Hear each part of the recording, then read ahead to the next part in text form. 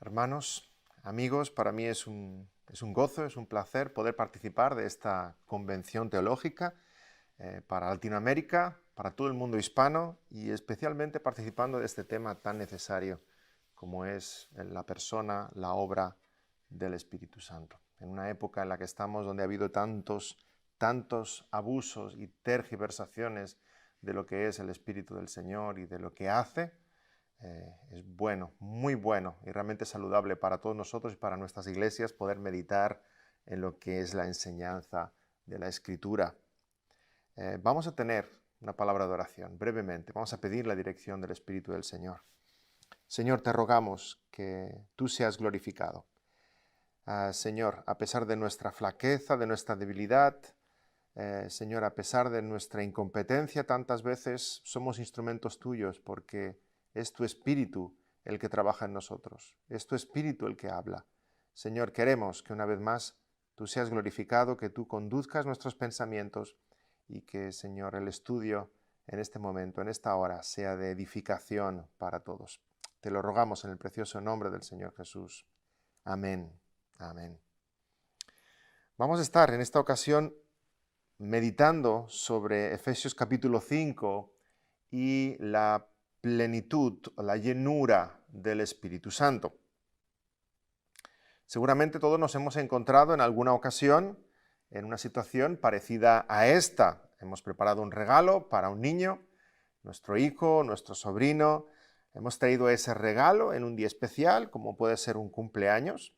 Tal vez era ese coche teledirigido que tanta ilusión le hacía. Abre el regalo, lo desembala, da botes de alegría al ver lo que es, de qué se trata, saca el coche de la caja y cuando intenta arrancarlo, prenderlo, ponerlo en marcha, no funciona, no camina.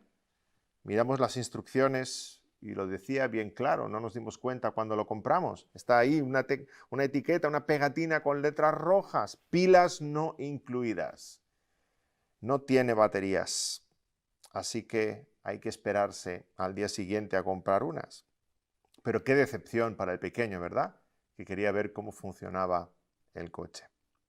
Así se sienten muchos con la vida cristiana. Venimos a Cristo, hay ilusión y en la conversión todo cobra color, cambia el sentido de nuestra existencia, pero es cuando queremos ver toda esa fe puesta en marcha, cuando empieza a llegar a veces la decepción, la tristeza, la fragilidad, nos sentimos sin fuerzas.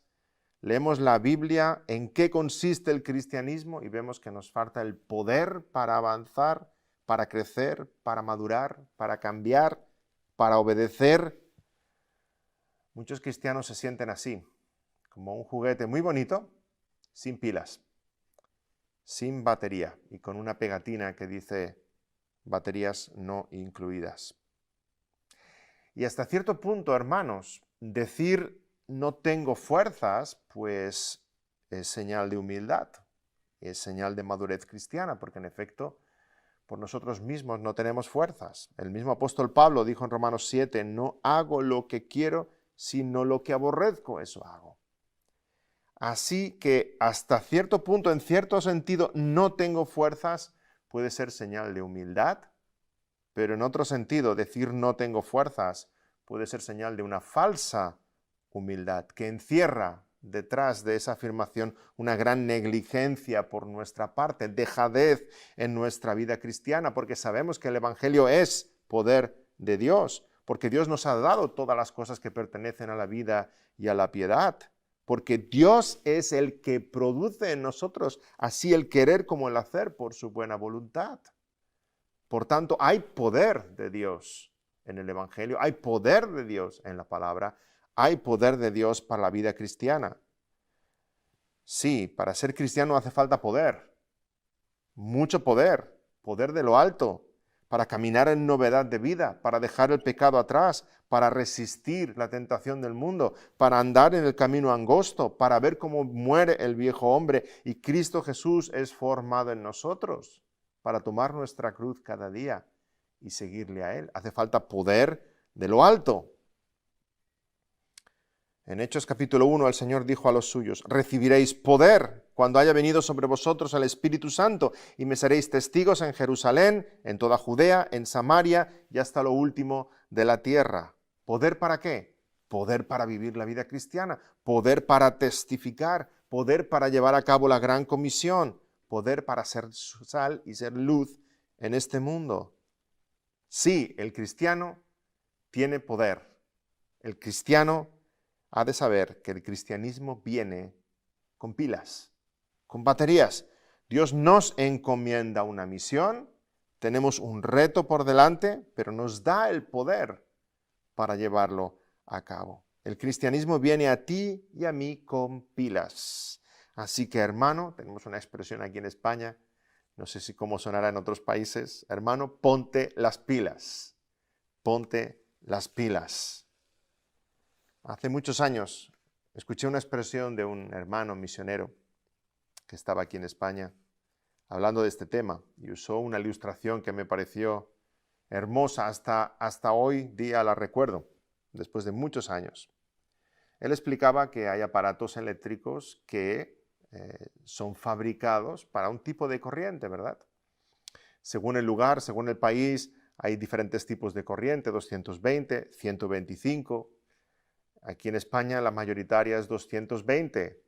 Y si un aparato fabricado para 220 lo enchufamos en 125, sencillamente no funciona. Así que los cristianos hemos sido fabricados, hemos sido hechos para funcionar con 220. Y él decía, Gálatas 2:20. 220, con Cristo estoy juntamente crucificado y ya no vivo yo, más vive Cristo en mí. Y lo que ahora vivo en la carne, lo vivo en la fe del Hijo de Dios, el cual me amó y se entregó a sí mismo por mí. Aquí está el poder de Dios para el cristiano. Ya no vivo yo, vive Cristo en mí. El cristiano sin el poder del Espíritu Santo es como un electrodoméstico que no está enchufado, que no tiene corriente. Como una lavadora desenchufada. ¿Os podéis imaginar? Metes la ropa, metes el jabón, echas el agua dentro y entonces con la mano intentas girar el bombo a ver si lava la ropa. Simplemente te vas a agotar y agotar y agotar. Y así nos agotamos. Nos agotamos cuando pretendemos vivir el cristianismo con nuestras propias fuerzas, con nuestros propios recursos. Pero una lavadora a 220, enchufada, funciona de maravilla. En la época del Señor Jesús no puso ninguna ilustración con una lavadora ni con energía eléctrica, pero el Señor usó esta maravillosa parábola que todos sus oyentes podían entender. Yo soy la vid, vosotros los pámpanos. El que permanece en mí y yo en él, éste lleva mucho fruto, porque separados de mí, nada podéis hacer. Hemos de estar unidos al Señor. En él tenemos el poder, la fuerza para vivir la vida cristiana. Y en nuestro pasaje de hoy se nos presenta este reto en Efesios capítulo 5. Hemos de vivir la vida cristiana, pero dependemos desesperadamente del Espíritu Santo del Señor para poder vivir la vida cristiana. Dice así Efesios 5, leeremos 15 al 20.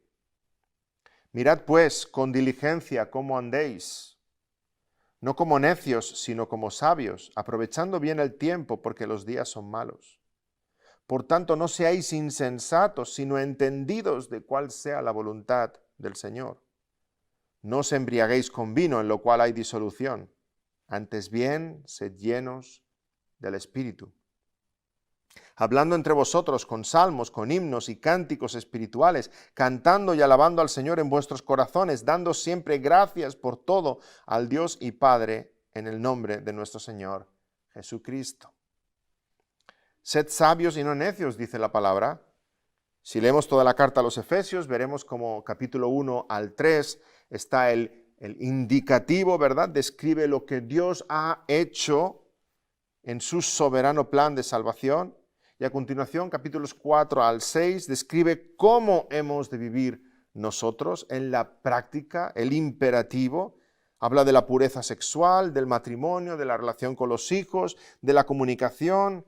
Efesios es un tratado de teología práctica, de cómo vivir como cristianos, un estilo de vida sabio, en contraste con la necedad del mundo.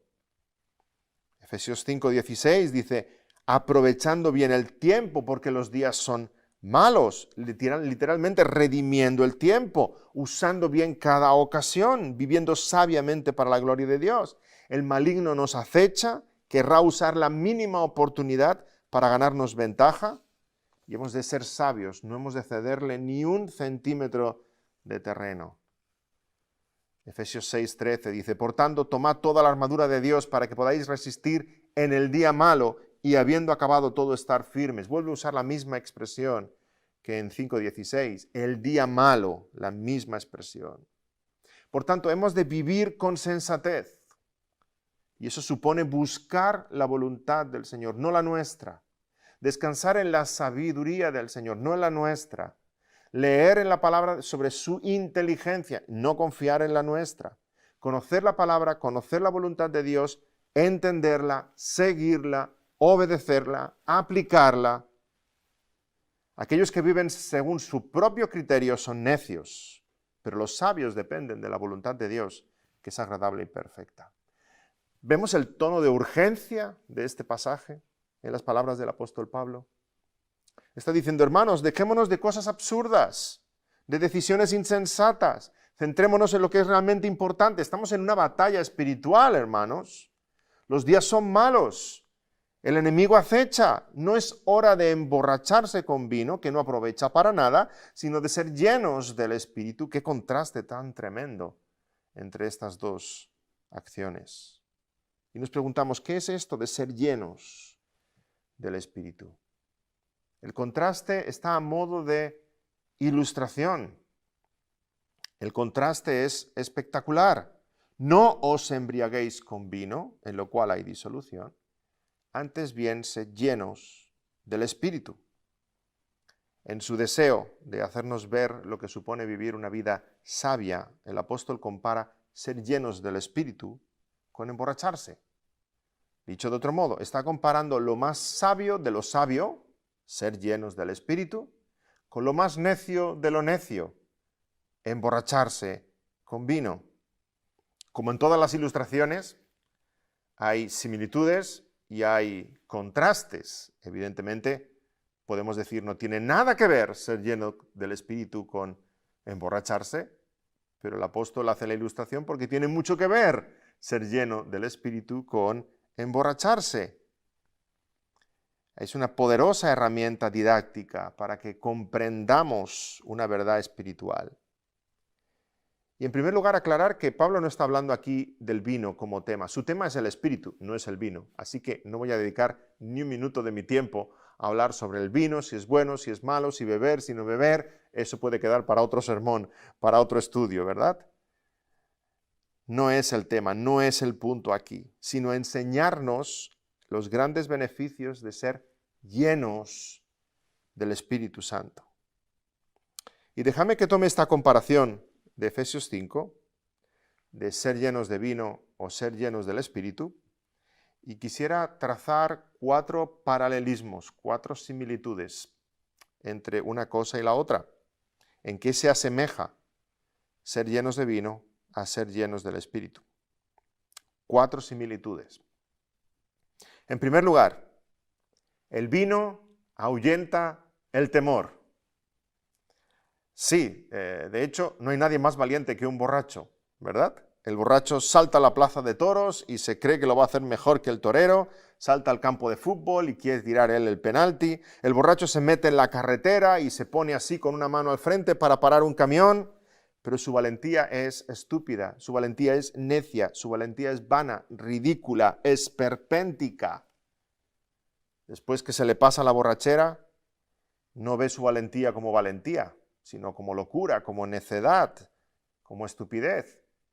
Si alguno de sus amigos ha hecho un vídeo en aquel momento y lo ha colgado en YouTube, ya está corriendo detrás de ellos, pidiéndoles, suplicándoles que lo quiten de allí, porque es vergonzoso, es vergonzoso.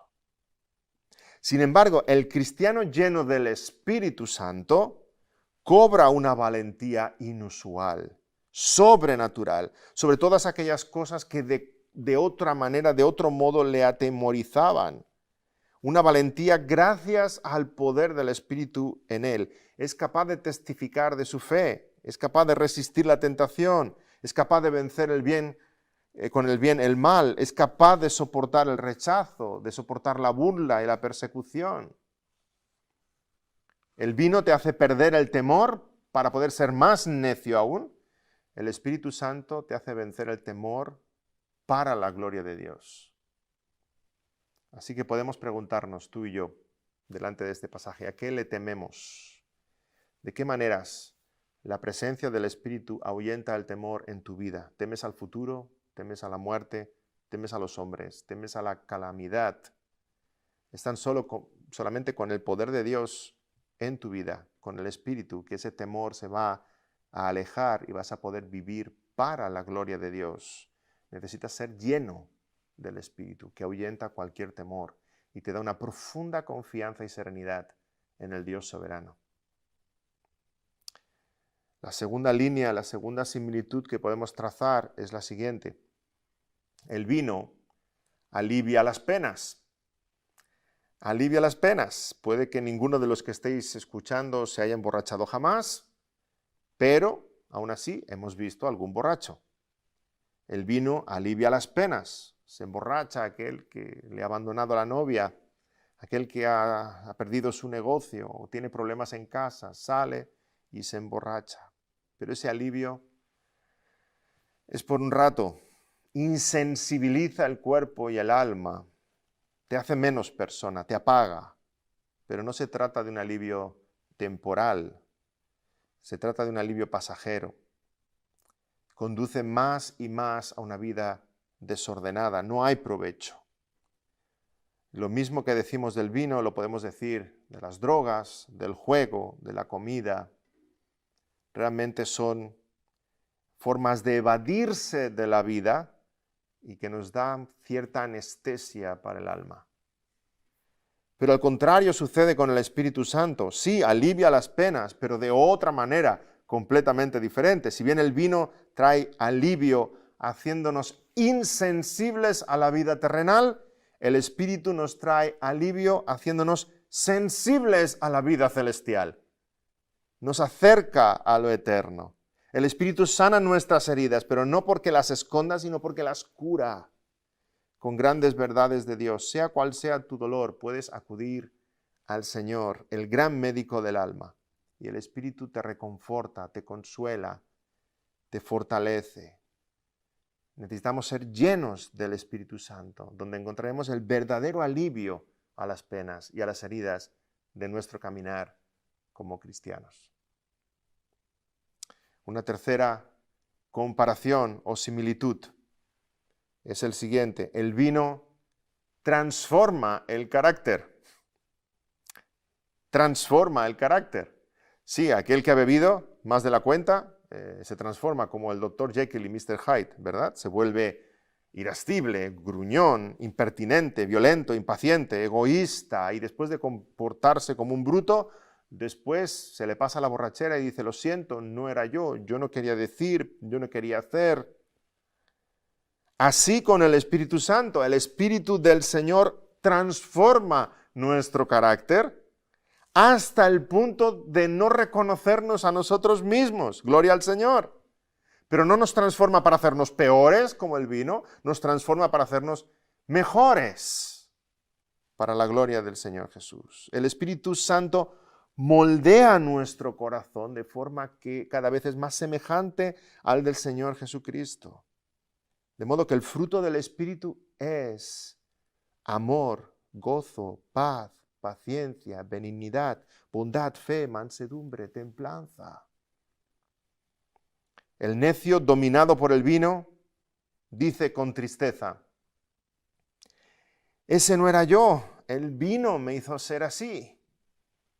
El creyente, guiado por el Espíritu, dice con alegría, este no soy yo, es el Espíritu Santo en mí. Y no necesitamos tú y yo ser cambiados. No necesitamos que nuestro carácter se transforme. ¿Acaso no necesitamos cambiar? Tú sabes que necesitas cambiar, como yo sé que necesito cambiar. Necesitamos cambiar y ser más pacientes, más gozosos, templados, prudentes. Solamente Dios y el ministerio del Espíritu Santo en nuestros corazones puede transformar nuestro carácter para hacerlo más semejante al del Señor Jesucristo. Amén. En cuarto y último lugar, el vino nos hace hablar. El vino nos hace hablar. El borracho empieza a hablar, y hablar, y hablar, y no hay quien lo pare, ¿verdad? Habla por los codos, pero habla tonterías, habla perversidades. Va por la calle gritando, cantando, insulta a la gente, suelta improperios, empieza a criticar al gobierno, empieza a criticar a su mujer, empieza a criticar a todo el mundo, abrazado a una farola a las 4 de la mañana hasta que los vecinos llaman a la policía. Sucede todo lo contrario cuando hablamos del ministerio del Espíritu Santo.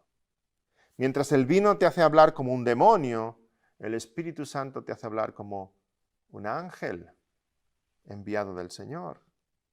Y aquí no estoy hablando del don de lenguas ni nada parecido, sino el don de lengua, el controlar y dominar la que tenemos.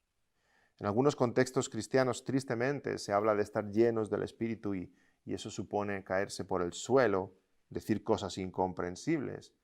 Pero por la vía del contraste que estamos viendo aquí, diríamos que todo eso que algunos llaman ser llenos del Espíritu, se parece a estar llenos de mosto o estar llenos de vino. El pasaje en el que estamos traza un contraste y está diciendo exactamente lo contrario aquí, que allí donde está el Espíritu no está todo aquello que vemos en una borrachera. Allá donde está el Espíritu hay orden, hay sobriedad, hay templanza, hay gozo, hay edificación, no hay caos. Mientras el vino te hace hablar perversidades, el Espíritu te hace hablar las maravillas de Dios. Leemos en Marcos 13, 11. Pero cuando os trajeren para entregaros, no os preocupéis por lo que habéis de decir, ni lo penséis, sino lo que os fuere dado en aquella hora, esto hablad, porque no sois vosotros los que habláis, sino el Espíritu Santo. Y creo sinceramente que este es el punto principal en el pasaje en el que estamos. Hemos trazado diferentes similitudes, pero esta la he dejado para el final a propósito, porque creo que es el punto principal de este pasaje. El vino te hace hablar, el Espíritu Santo guía tu lengua, el Espíritu Santo guía tu pensamiento. Es el punto principal para Pablo, porque si vamos a Efesios capítulo 5 y continuamos leyendo, vemos que describe lo que es ser lleno del Espíritu. Hablando entre vosotros con salmos, con himnos, con cánticos espirituales, cantando y alabando al Señor en vuestros corazones, dando siempre gracias por todo al Dios y Padre en el nombre de nuestro Señor Jesucristo. Sí, el cristiano parece un borracho, en el buen sentido de la palabra, está todo el día hablando, todo el día con salmos, con himnos, con cánticos, alabando al Señor, dando gracias a Dios, edificando a sus hermanos, hablando de su Jesús, su amado Jesús. Todo el día lo tiene en la boca, pero no está lleno de vino, está lleno del Espíritu Santo, está lleno del poder de Dios, porque es el Espíritu el que guía nuestro pensamiento, el que guía nuestro corazón y por tanto guía nuestras palabras. Y no son la mayoría de nuestros problemas originados en nuestras palabras. No son la mayoría de nuestros problemas causa de las palabras que pronunciamos, de la lengua. La lengua. Las palabras pueden ser de tremenda edificación, las palabras pueden ser tremendamente destructivas. Las palabras se pueden convertir en cuchillos afilados que matan. Hay palabras en ti, palabras de ira, palabras de ingratitud, palabras de rencor, palabras de queja, Necesitas ser lleno del Espíritu Santo de Dios para que sea el Espíritu el que guíe tus palabras para alabanza del Señor, para edificación de los oyentes. Que tu lengua adore a Dios, que tu lengua bendiga al prójimo. Sí, nuestra lengua ha de adorar a Dios. Nuestra lengua ha de ser cristiana, hermanos. Hay tantos pecados y tantos problemas y tantos fuegos que enciende la lengua que a veces parece que en algunas personas ellos son cristianos, pero la lengua no. Hago la broma en nuestra iglesia, en nuestra congregación, pero algún día acabaremos aplicándolo, que cuando bautizamos a los catecúmenos les vamos a pedir en el momento que los bautizamos que por favor abran la boca para que la lengua también se bautice. Nuestra lengua tiene que ser cristiana. Nuestra lengua tiene que estar centrada en alabar al Señor y en edificar al hermano, en cumplir los dos grandes mandamientos: amar a Dios sobre todas las cosas y al prójimo como a nosotros mismos. Pero esto solo es posible con el poder de Dios y esa llenura del Espíritu que va a dominar nuestro corazón, nuestro entendimiento. La vida cristiana solo es posible con el poder de Dios y eso implica entregarnos completamente a su guía, a su control, darle al Señor, al Espíritu, las riendas. Así como un borracho ha decidido entregar su voluntad al vino, aquello no sucede de un momento a otro, ha decidido entregar su voluntad al vino. Del mismo modo el creyente entrega su voluntad al Espíritu, para que sea el Espíritu el que guíe. Y las palabras del apóstol Pablo son un mandato de parte de Dios. Sed llenos, no es un consejo. Sed llenos, es un imperativo, no es opcional. Sed llenos, se trata de un estilo de vida en el cual continuamente nos sujetamos al Espíritu del Señor. Y Dios nos llena con su Espíritu, nos bautiza con su Espíritu en el momento de nuestra conversión, pero la palabra dice que somos y hemos de ser llenos. Es una responsabilidad, es un deber cristiano crecer en esa plenitud, de modo que el Espíritu Santo gobierne hasta el último rincón de tu corazón, en todas las provincias de tu alma, plenamente sobre tu vida, en tus pensamientos, sentimientos, voluntad, capacidades, sueños, metas, anhelos. Y a la vez que es un imperativo, sed llenos, también reconocemos que sed llenos es una expresión en pasivo. No dice llénate del Espíritu, dice sed llenos del Espíritu. Lo tienes que hacer, pero solamente Dios lo puede hacer. El cristiano busca entonces la llenura del Espíritu Santo sujetándose humildemente al gobierno de Dios. Sed llenos. Y está en plural. No es para algunos, es para la iglesia. No es para algunos súper espirituales, no es solo para los pastores o los maestros o los diáconos. Sed llenos, es para todo el creyente. Sed llenos del Espíritu Santo. Y es algo que ha de suceder de forma continua a lo largo de nuestra vida cristiana. Hemos de ser llenos y seguir estando llenos del Espíritu, controlados por Él, guiados por Él. Él manda, nosotros obedecemos. Él guía, nosotros seguimos. Y aquí quisiera ser práctico también para hablar de este tema de la llenura. ¿Cómo puedo ser lleno del Espíritu Santo? Esta expresión, ser lleno, se encuentra otras veces en la Escritura. Por ejemplo, en Lucas 4:28 se nos dice que los fariseos se llenaron de ira contra Jesús. En Hechos 13:45 dice que algunos judíos resentidos con Pablo y con Bernabé estaban llenos de celos.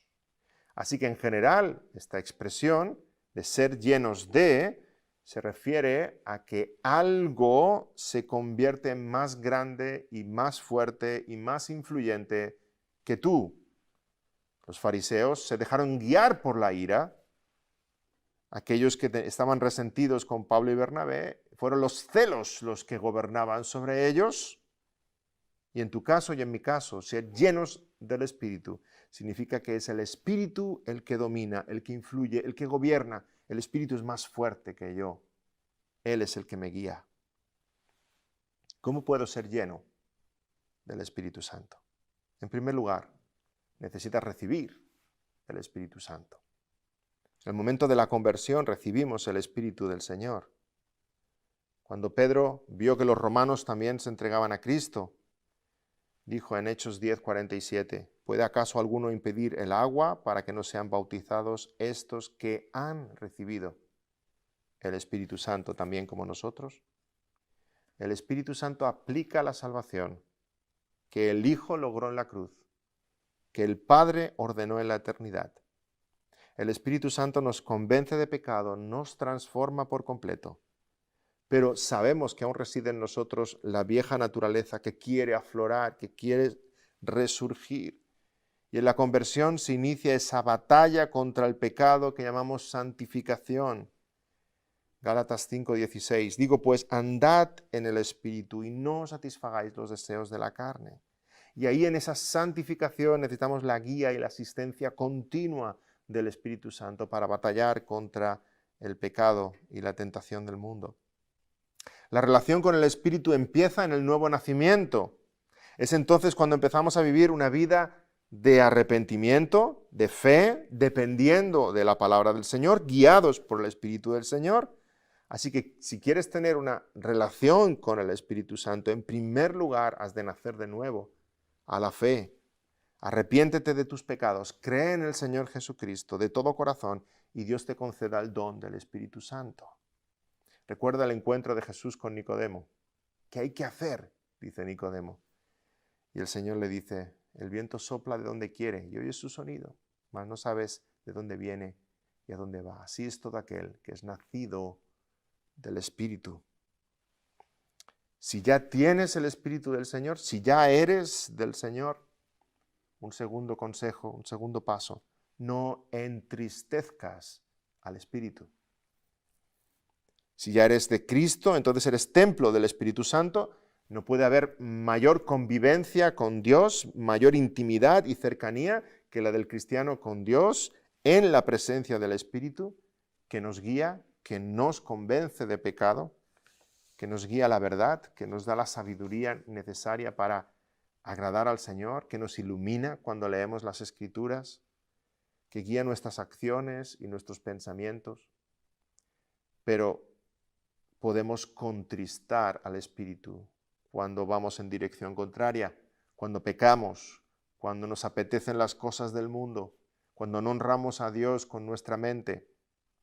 Efesios 4:30, no contristéis al Espíritu Santo de Dios, con el cual fuisteis sellados para el día de la redención. Cuando resistimos a la obra transformadora del Espíritu Santo, la palabra de Dios describe eso de diferentes maneras. Hechos 7:51 dice resistir al Espíritu. Primera Tesalonicenses 5:19 dice apagar al Espíritu. Y Efesios 4:30 habla de entristecer al Espíritu. Pero de todas ellas, seguramente entristecer es la que expresa más la relación de amor entre Dios y el creyente, porque el que ama y es defraudado queda entristecido. Cuando un matrimonio, uno de los dos hace algo que defrauda al otro, o uno es infiel, produce tal tristeza en el cónyuge. Del mismo modo, el creyente sabe que sus acciones, sus palabras, sus pensamientos pueden entristecer al Espíritu Santo de Dios en esa intimidad tan hermosa que hay entre el Espíritu y el creyente que habita en él. Si quieres ser lleno del Espíritu, no le entristezcas. Confiesa tu pecado al Señor, aléjate del mal, aparta de ti todo aquello que sabes que estorba esa relación de amor entre tu corazón y el Espíritu del Señor. Como un esposo apartará de su vida todo aquello que hace infeliz a su esposa para tener un matrimonio feliz. Y en tercer y último lugar, abunda en la palabra. Ser llenos del Espíritu no es algo místico o irracional o meramente sentimental que uno pueda entender a su manera. Hemos de ser llenos de la palabra.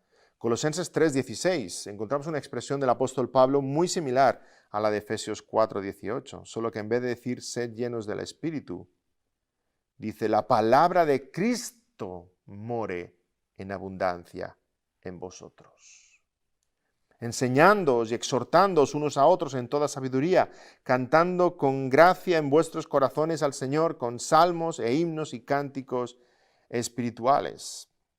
Sí, hermanos, sed llenos del Espíritu es sinónimo de tener la palabra morando en nuestros corazones.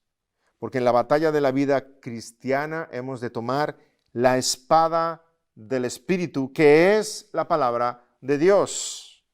Espíritu y palabra no están en oposición, sino en perfecta sintonía. Es el Espíritu Santo el que escribió la palabra.